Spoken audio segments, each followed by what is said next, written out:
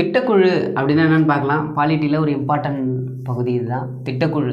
அதாவது திட்டக்குழு எப்போது முதலில் ஆரம்பிக்கப்பட்டது அப்படின்னு பார்த்தோன்னா மார்ச் 15, 1950 அதாவது சுதந்திர இந்தியாவுக்கு அப்புறம் தான். சரிங்களா? இந்த திட்டக்குழுவின் தலைவர் யாருன்னு பார்த்தோன்னா பிரதமர். அப்போ முதல் திட்டக்குழுவின் பிரதமர் யார்? ஜவஹர்லால் நேரு. அப்போ தான் அவர் தான் ஃபஸ்ட்டு பிரதமர், சுதந்திர இந்தியாவின் முதல் பிரதமர். சரிங்களா? நாம் வச்சிங்க. அடுத்தது இந்த திட்டக்குழுவின் முக்கிய பணி அப்படின்னு கேட்டாங்கன்னா என்ன பண்ணால் 5 ஆண்டு திட்டங்களை வகுப்பது தான் திட்டக்குழுவுக்கு முக்கிய பணியாக இருந்தது. சரிங்களா? அதாவது இந்த 5 ஆண்டு திட்டங்கள் வந்து எங்கேருந்து எடுத்தாங்க அப்படின்னு பார்த்தோம்னா ரஷ்யா நாடு இருக்கு இல்லையா, ரஷ்யாவில் 7 ஆண்டு திட்டமாக இருந்தது. அது அங்கேருந்து தான் என்ன பண்ணியிருக்காங்க, அதோட மாதிரி வடிவம் தான் 5 ஆண்டு திட்டமாக அமைச்சிருக்காங்க. ஒவ்வொரு 5 ஆண்டுக்கும் ஒவ்வொரு திட்டம். சரிங்களா? அந்த 5 ஆண்டு திட்டத்தை பற்றி டீப்பாக ஒரு கிளாஸில் நடத்துகிறேன்.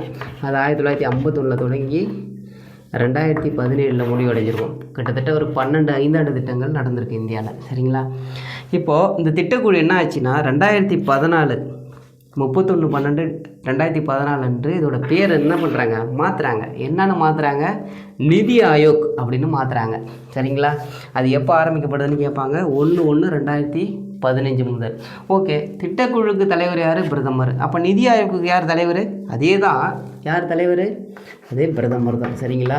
நிதி ஆயோக்கின் தலைவர் யார்? பிரதமர். அப்போது இதுக்கு வந்து ஒரு துணைத் தலைவர் ஒருத்தர் இருப்பார். சரிங்களா? துணைத் தலைவர் தான் அதோட நிர்வாக தலைவர். லாஸ்ட் இயர் குரூப் 4 கொஸ்டினில் கேட்டிருந்தாங்க. நிதி ஆயோக்கின் நிர்வாக தலைவர் யாருன்னு கேட்டிருந்தாங்க.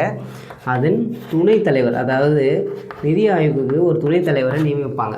அவர் தான் என்ன பண்ணுறாரு, அதோட ஃபுல் நிர்வாகத்தையும் பார்த்துக்கிறாரு. அப்படி நியமிக்கப்பட்ட முதல் துணைத் தலைவர் யாருன்னு கேட்பாங்க. யார்?